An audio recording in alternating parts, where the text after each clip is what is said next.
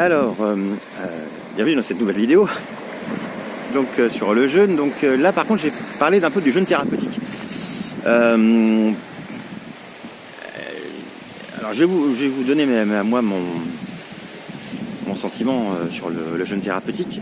Il suffit que vous alliez voir, je dirais, des vidéos que j'ai mis dans la playlist jeûne, une thérapie pour l'interrogation sur la chaîne YouTube. Vous allez voir, j'ai mis plusieurs vidéos de documentaires, notamment le jeu d'une nouvelle thérapie d'Arte, qui est absolument géniale, où en fait ça nous ouvre de nouveaux horizons et qui permet de se dire mais putain, ça serait peut-être une solution quand même pour finalement résoudre beaucoup de nos problèmes. Il y a pas mal de gens, il y a même des personnes qui se sont soignées, de cancer. C'est quand même fou. Alors j'ai pas dit, attention, ne me faites pas dire ce que j'ai pas dit, que il faut arrêter la chimiothérapie et faire un jeûne. C'est pas ce que je dis. Disons que c'est un outil qu'il faut peut-être regarder un peu plus près parce que ça peut être utile. Et notamment, il y a quand même pas mal de gens qui disent que le jeûne, en fait, peut soigner. Alors je veux bien l'entendre, parce que c'est vrai qu'il y a donc c'est ce principe d'autophagie qui fait que en fait le corps se nourrit de lui-même et digère toutes ces cellules en fin de vie ou ces mauvaises cellules, ça pourrait être des cellules cancéreuses d'ailleurs, pour après recréer de nouvelles cellules.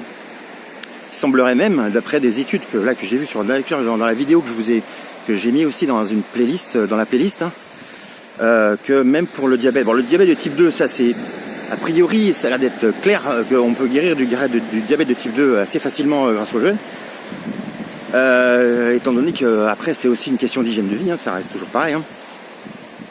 Mais même on pourrait alors peut-être pas guérir du diabète de type 1, mais peut-être régénérer les cellules du pancréas. Alors regardez, il y a une vidéo qui parle de ça, si ça vous intéresse.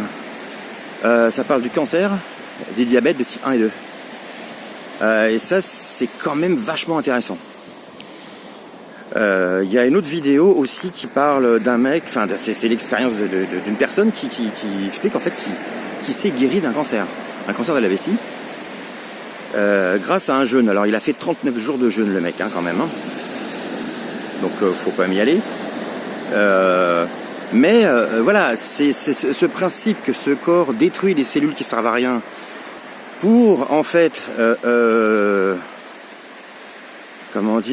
créer les cellules qui sont bonnes pour le corps, c'est quand même pas mal. Il faut quand même y réfléchir, et il semblerait qu'il y ait des études qui montrent que c'est le cas. Voilà. Donc voilà, quelque part, je pense que quand on a des gens qui sont malades, qui autour de nous, ça pourrait peut-être pas mal de leur dire, faites un test.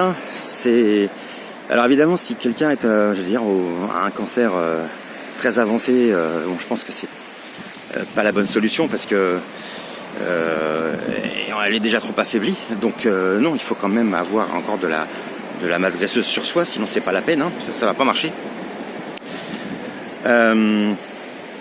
Mais il y a, je pense à des femmes qui sur un cancer du sein qui ont utilisé la chimiothérapie, de la chimiothérapie, et en complément des jeûnes avant de faire chaque chimiothérapie, pour ne pas avoir de séquelles de chimiothérapie.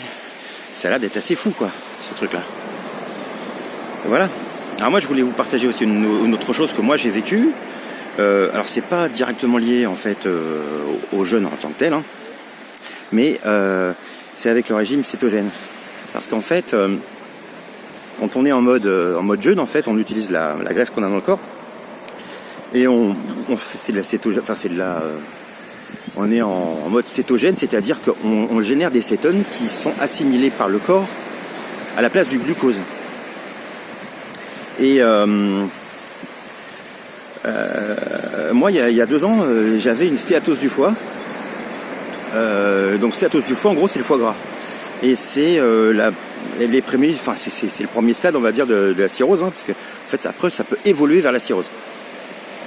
Bon, inutile de vous dire qu'à l'époque, je mangeais, comme tout le monde, des pâtes, du riz, du machin, des pizzas, je buvais du vin. Voilà. Bon, en fait, un régime français standard, quoi. Voilà. Et du coup, j'ai éliminé les glucides. On va dire que j'ai diminué de façon très importante les glucides de mon alimentation pour finalement être un peu dans un style de régime un peu, ou de fonctionnement de vie un peu cétogène, c'est-à-dire essayer de réapprendre au corps à utiliser son gras. Mais j'ai pas complètement arrêté de manger des glucides, de manger une fois de temps en temps un pain au chocolat, ou une fois de temps en temps des pâtes, ou une fois de temps en temps, voilà, j'ai pas non plus fait un truc hyper drastique. J'ai perdu 10 kilos quand même, et j'ai été faire une prise de sang suite à des coliques néphrétiques, oui, parce que ça, c'est les coliques néphrétiques, j'en ai encore, donc ça, c'est aussi une des raisons pour lesquelles je voudrais faire ce jeûne, pour voir si, en termes de reins, ça résout les problèmes, on verra bien. Et bien en fait, c'est que l'échographie a montré que j'avais plus de stéatose du foie. Le mec il m'a dit non, il n'y a rien. Donc c'est-à-dire que c'était un stade pas trop avancé. Les fibres qui se font dans le foie à ce moment-là n'étaient pas trop importantes pour qu'elles puissent être éliminées. Alors c'est pour ça que je dis que le jeu d'un régime cétogène, c'est comment dire, cousin germain. Et qu'on peut...